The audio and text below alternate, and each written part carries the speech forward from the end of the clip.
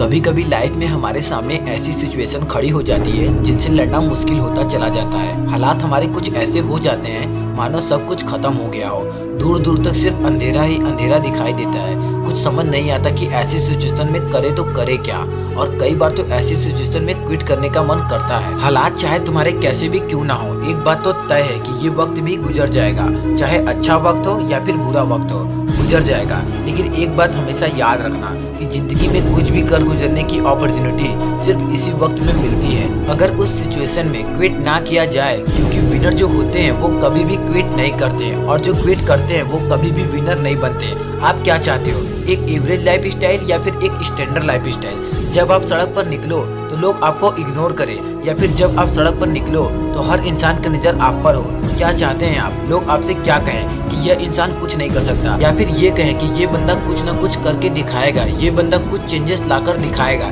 लेकिन कैसे करेगा? क्विट करके मर जाना, लेकिन क्विट मत करना। चाहे परिस्थिति कितनी भी विपरीत क्यों ना हो, कभी भी क्विट मत करना।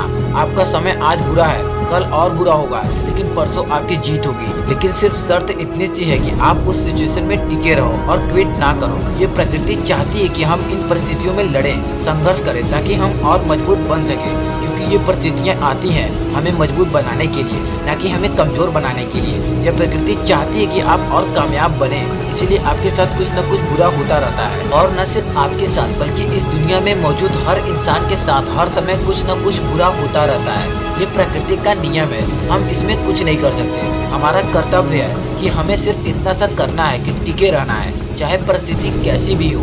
मैं आपको एक छोटी सी कहानी बताता हूँ। एक बार एक बायोलॉजी की टीचर अपने स्टूडेंट को एक तितली के बारे में बता रहे थे, और उन्हें ये प्रैक्टिकली दिखा रहे थे कि वो खोल से कैसे बाहर निकलती है। और वो टीचर ये कहकर चले गए कि कोई भी स्टूडेंट उस तितली की मदद नहीं करेगा। वहाँ पर जितने भी स्टूडेंट थे वो ध्यान से उस खोल में से तितली को निकलते हुए देख रहे थे। तभी एक स्टूडेंट को उस पर दया आ गई और उसने उस तितली की मदद की उस खोल से बाहर निकलने में, और सफलतापूर्वक वो तितली उससे बाहर निकल गई। और उस स्टूडेंट की वजह से उस तितली को कोई भी संघर्ष नहीं करना पड़ा, कोई ज्यादा मेहनत नहीं करनी पड़ी उस खोल से बाहर निकलने में। लेकिन वो तितली थोड़ी देर बाद मर गई। जब टीचर वापस लौटे तो उन्हें पूरी घटना मालूम हुई। तब उन्होंने अपने स्टूडेंट को बताया कि वो तितली जब संघर्ष करती तो उसके पंखों को मजबूती मिलती है। यही प्रकृति का नियम है। उस तितली की मदद करके उस स्टूडेंट ने उस तितली को संघर्ष करने का मौका नहीं दिया, और यही वो परिणाम हुआ कि वो तितली मर गई। संघर्ष जीवन है, संघर्ष आपको मजबूत बनाता है। इंग्लिश में एक कोट्स है, नो पेन नो गेन। संघर्ष तो करना पड़ेगा चाहे कुछ भी हो जाए, और इसमें कोई बहाना नहीं,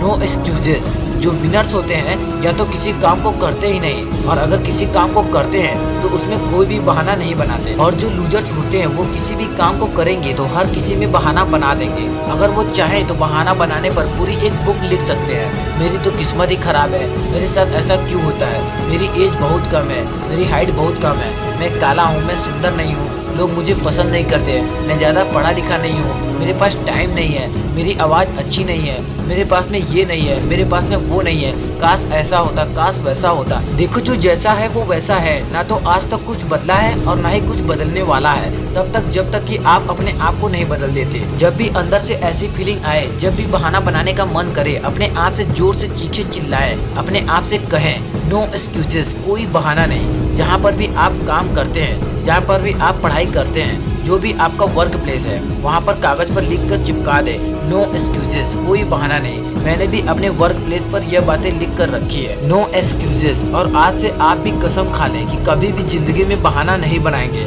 आज आप लोग भी कमेंट लिख कर जाए नो एक्सक्यूजेस, ताकि मुझे पता चले कि कितने लोग ने इस वीडियो को पूरा देखा। मैं भी आपसे मिलूंगा अगली वीडियो में, तब तक के लिए जय हिंद, वंदे मातरम।